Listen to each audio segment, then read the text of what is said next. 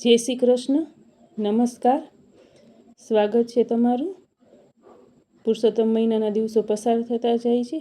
એકટાણા, દાન, તપ, જપનો આ મહિમા છે. આ મહિનામાં આજે 16મો દિવસ છે પુરુષોત્તમ મહિનાનો, અને આજની આપણી વાર્તાનું નામ છે મૃગમૃગલીની કથા. પુરુષોત્તમ માસની શરૂઆત થઈ એટલે ભાવિક ભક્તો પ્રાતઃકાળે નદીએ સ્નાન કરવા આવી જતા. સ્નાન કર્યા પછી કાંઠાગોરમાનું પૂજન કરે, પોતાની શક્તિ મુજબ દાન દક્ષિણા આપે અને કિનારે થતી કથા વાર્તા સાંભળી ઘેર જાય. નદી કિનારે એક નાનકડું ઝાડપાન અને છોડવાઓથી ભર્યું ઉપવન હતું. આ ઝાડીમાં એક મૃગ અને મૃગલી રહેતા હતા. ઝાડી ઝાખરાને કારણે કોઈ તેમાં પ્રવેશતું નહોતું, જેથી તેઓ બંને સુખેથી પોતાના દિવસો પસાર કરતા હતા. ઝાડીમાંથી તેમને ખોરાક મળી રહેતો અને નદીએથી પીવા માટે જળ મળી રહેતું. કોઈ દિવસ નહીં અને આજે આટલા બધા માનવો નદીએ સ્નાન કરતા જોઈ કુતૂહલવશ થઈ તેઓ એક પાટ નીચે સંતાઈને બેઠા અને શા માટે બધા અહીં આવ્યા છે તે જાણવા પ્રયત્ન કર્યો. નદીએ સ્નાન કરવા આવનાર ભાવિકો અંદરો અંદર જે વાતો કરતા હતા તેના ઉપરથી તેમને ખ્યાલ આવ્યો કે આજથી પુરુષોત્તમ માસ ચાલુ થયો છે. પુરુષોત્તમ માસનું વ્રત કરનાર ભાવિકો અહીં આવી સ્નાન, કાંઠાગોરમાનું પૂજન, દાન દક્ષિણા અને કથા વાર્તા સાંભળી પુણ્ય કમાવા આ કરી રહ્યા હતા.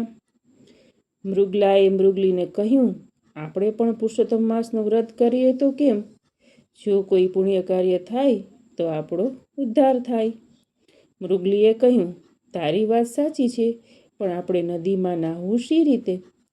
મૃગલાએ વિચાર કરીને જણાવ્યું, જો આપણે જે પાટ નીચે બેઠા છીએ તે પાટ ઉપર નાહવા આવનાર પોતાના વસ્ત્રો નીચોવે છે, કેટલાક એમને એમ તેના ઉપર સૂકવે છે.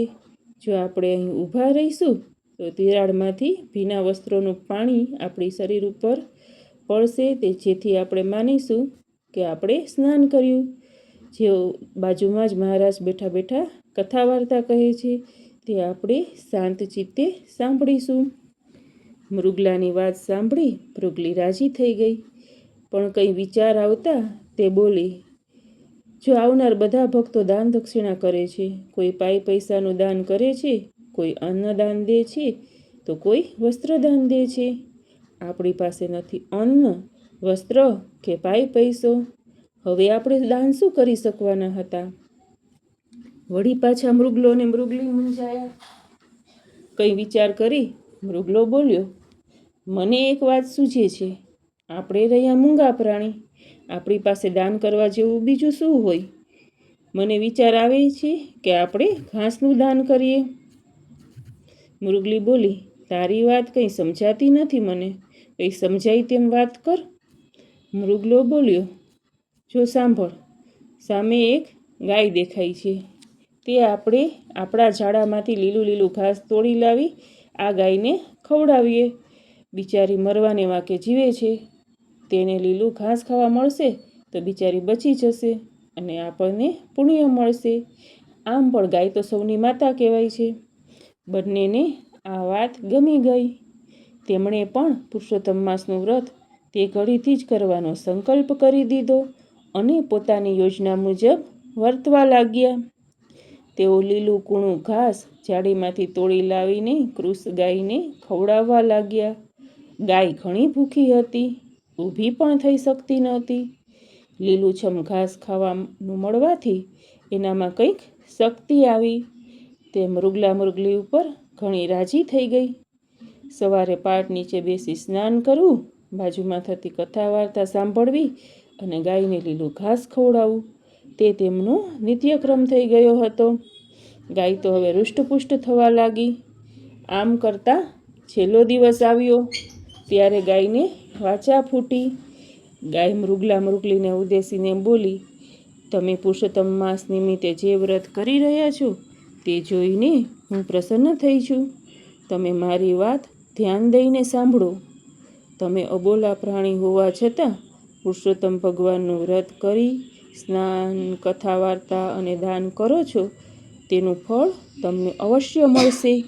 આ અવતારમાં જ તમને માનવ દેહ મળી જશે, પરંતુ આમ કરવા માટે મારી એક વાત માનવી પડશે. ગાયની વાત સાંભળી મૃગલો મૃગલી ધન્ય થઈ ગયા. તેમણે કહ્યું, ગાય માતા, તમે જેમ કહેશો તેમ અમે કરીશું.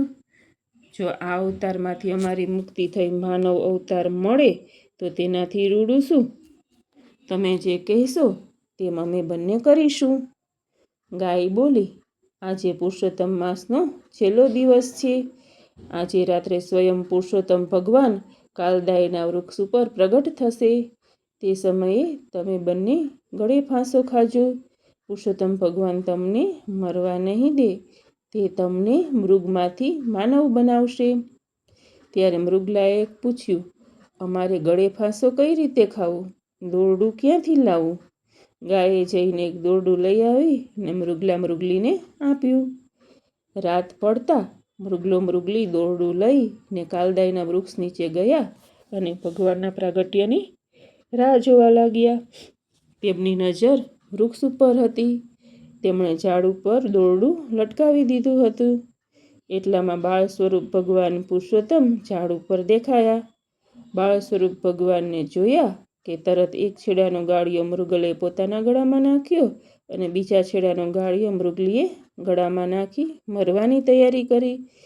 બાળ સ્વરૂપે ભગવાન પુરુષોત્તમ મરક મરક હસતા તેમને મરતા રોકીને પૂછવા લાગ્યા, તમે બંને આ શું કરી રહ્યા છો?